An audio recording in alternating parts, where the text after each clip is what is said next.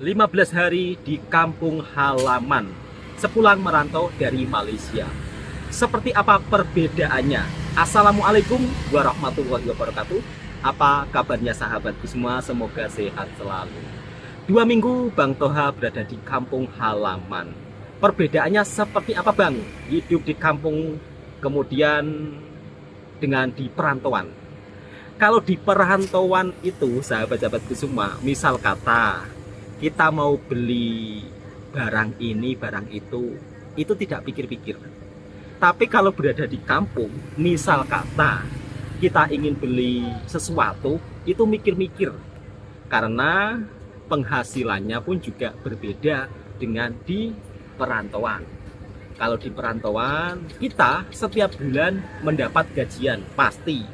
Tapi kalau pendapatan di kampung itu terbatas. Ya meskipun Bang Toha di kampung ada usaha kecil-kecilan, tapi untuk penghasilannya jujur lebih banyak di perantauan.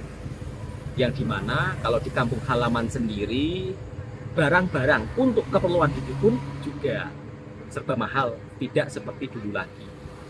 Jadi perbedaannya memang kalau dipikir-pikir ya, enak di rantau atau di kampung Bang. Di rantau enaknya itu kita kerja setiap hari. Tapi kalau kehidupan di kampung, misal kata kita tidak punya usaha sendiri untuk bisa mendapat pekerjaan tetap itu susah. Apalagi lowongan pekerjaan di kampung itu terbatas sahabatku semua. Dukanya kalau merantau. Jadi merantau ini ada dukanya, ada sukanya. Sukanya tiap bulan dapat gajian pasti. Dukanya kita jauh dari keluarga. Kadang-kadang kita juga rindu anak istri, itu yang susah. Alhamdulillah selama saya bertahun-tahun merantau di Malaysia, saya mencoba untuk sedikit demi sedikit kumpulkan uang supaya nanti kalau pulang setidaknya ada usaha, ada peluang, bisa kita buat perniagaan. Jadi kalau untuk sahabat-sahabatku yang merantau, jadi niatkan kalian saat melangkah dari kampung, jangan sampai di perantauan nanti menyesal, uangnya dibuat foya-foya. Di kampung kerjaan itu susah. Kalaupun ada kerja kasar, itu sehari mungkin hanya dibayar 100.000 rupiah. Sedangkan uang 100.000 rupiah itu tidak seperti dulu. 100.000 rupiah kelihatannya nilainya besar, tapi kalau sudah dibelanjakan untuk keperluan sehari-hari kadang-kadang kurang. Apalagi belum ada acara majelis pernikahan, ada acara sunatan, ada acara lain-lain. Semuanya memerlukan uang. Dulu ketika saya merantau di Malaysia, kerja kebun, banyak yang menghujat. Jauh-jauh di Malaysia kerja kebun, kenapa nggak kerja di negara sendiri saja? Kalau saya ngapain kerja kebun di sana? Ya lebih baik di kampung sendiri. Iya, kalau di kampung sendiri punya sawah luas, punya ladang luas. Tapi kalau di kampung sendiri nggak punya sawah, nggak punya ladang, ya terpaksa harus merantau. Bahkan sampai dihujat. Kasihan jauh-jauh merantau di sana cuma jadi kuli kebun, cuma jadi tukang cabut rumput. Tapi beda sahabatku semua, kalau di negara tetangga kita meskipun kerja kebun hasilnya berbeda. Karena di negara tetangga misal kata kita tanam sayur di Malaysia, harga sayur itu beda dengan di Indonesia. Mungkin kalau di kampungnya Bang Toha harga sayur sekitar 30 sen, 40 sen satu ikat.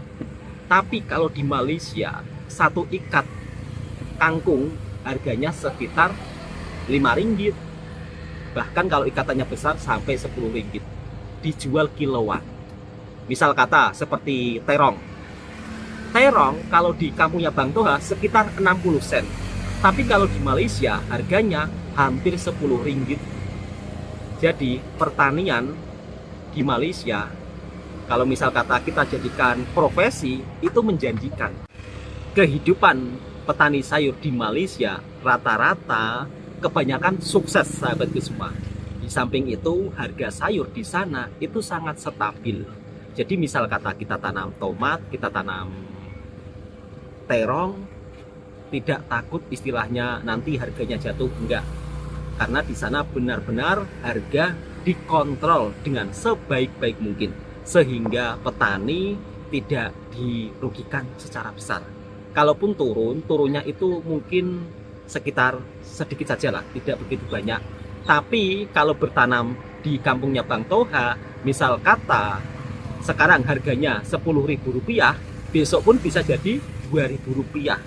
Jadi untuk masalah harga memang Malaysia kalau mengontrol harga-harga hasil daripada pertanian, memang saya akui Bang Toha pun sangat kagum dengan sistem di sana. Kalau di sini misal kata kita tanam sayuran, harganya kurang stabil. Dan Bang Toha sendiri pun berencana akan tanam sayuran, tapi bukan untuk Bang Toha jual, melainkan siapa yang nanti bisa ambil. Dan itu pun Bang Toha juga sudah keluarkan modal yang cukup lumayan banyak.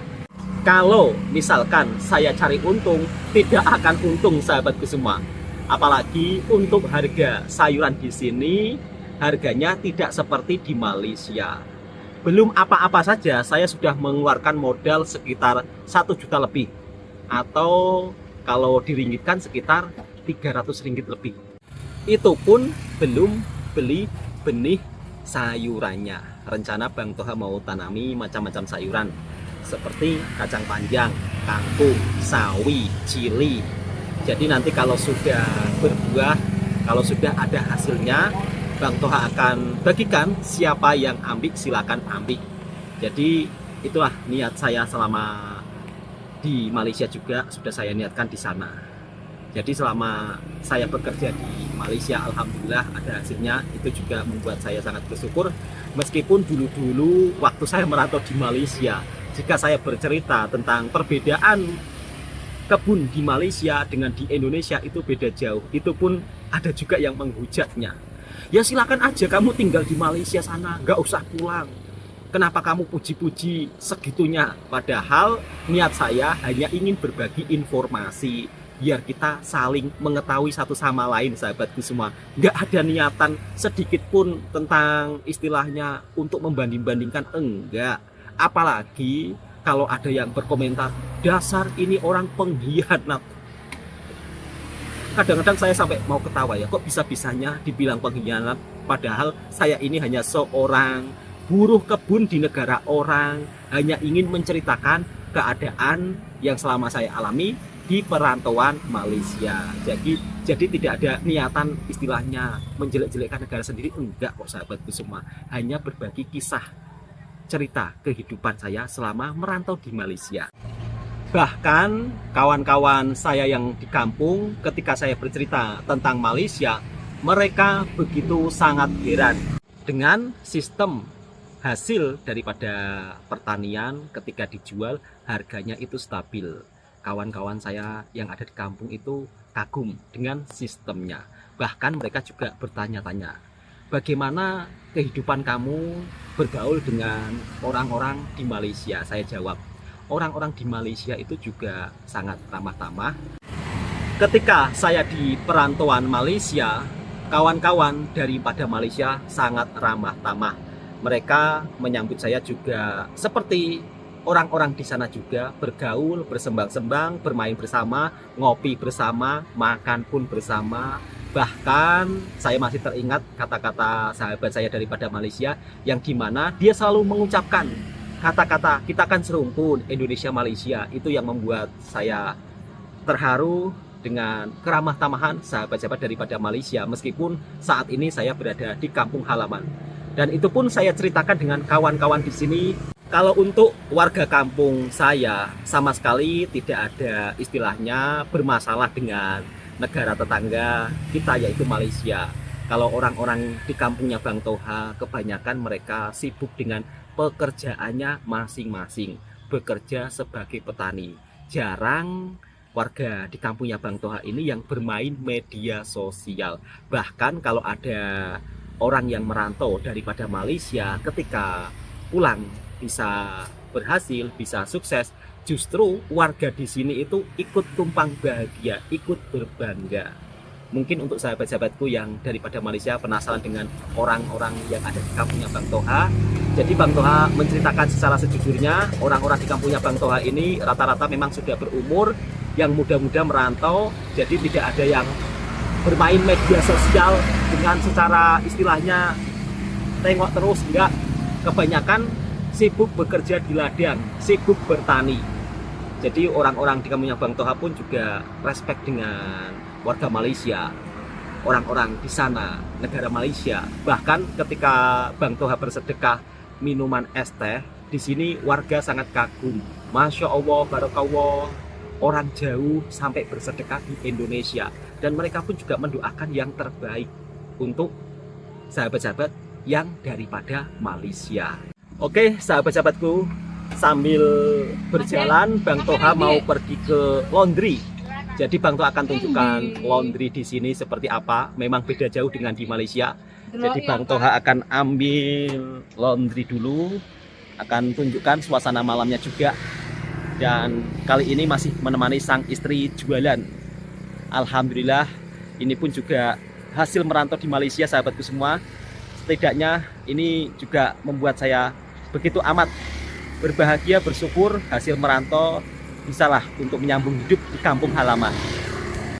Dekat kampungnya Bang Toha, kalau sekitar pukul 7 malam memang sangat ramai, sahabatku semua. Jadi jalanan dipenuhi dengan kendaraan motor.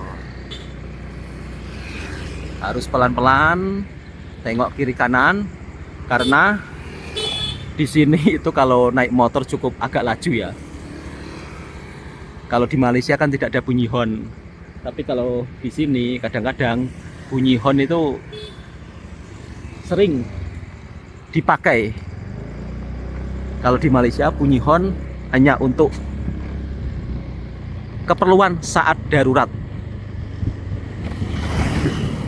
Tapi kalau untuk di kampungnya Bang Toha, bunyi horn juga tidak sering kok, sahabat-sahabat semua.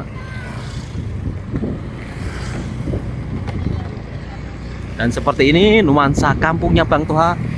Kali ini Bang Toha mau menuju ke laundry.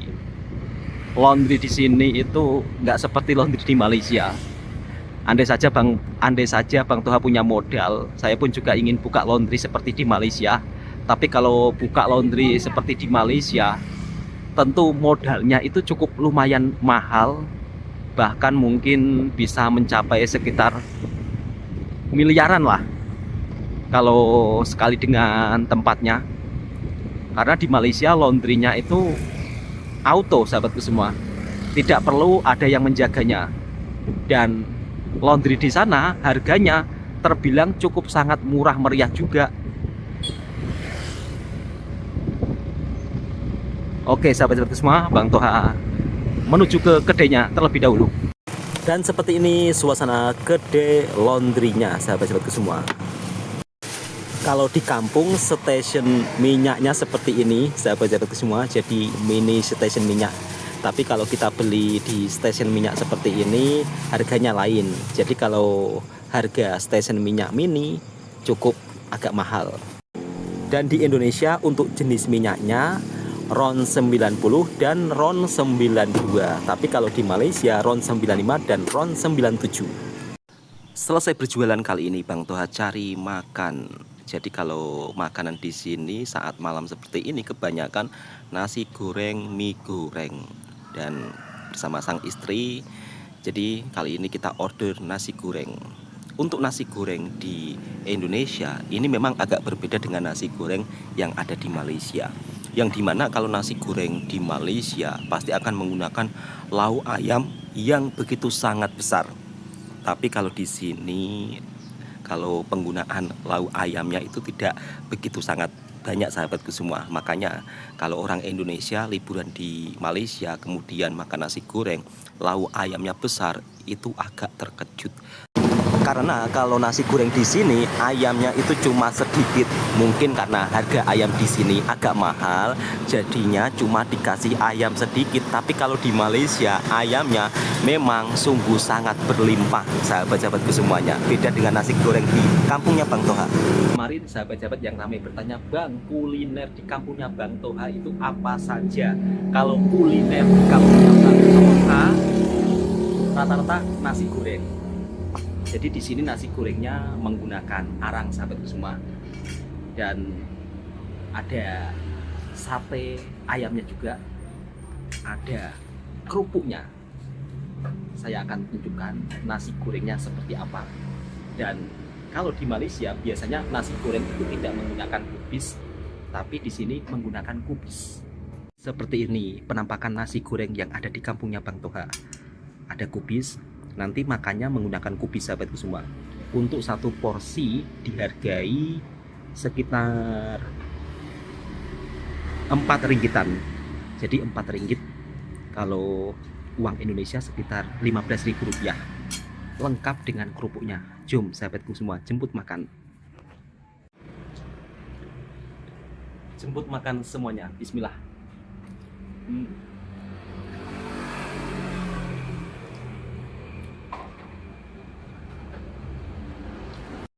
Untuk harga nasi goreng yang ada di kampungnya Bang Toha, satu pinggan harganya sekitar 4,5 ringgit atau sekitar 16.000 rupiah sahabat-sahabatku semua.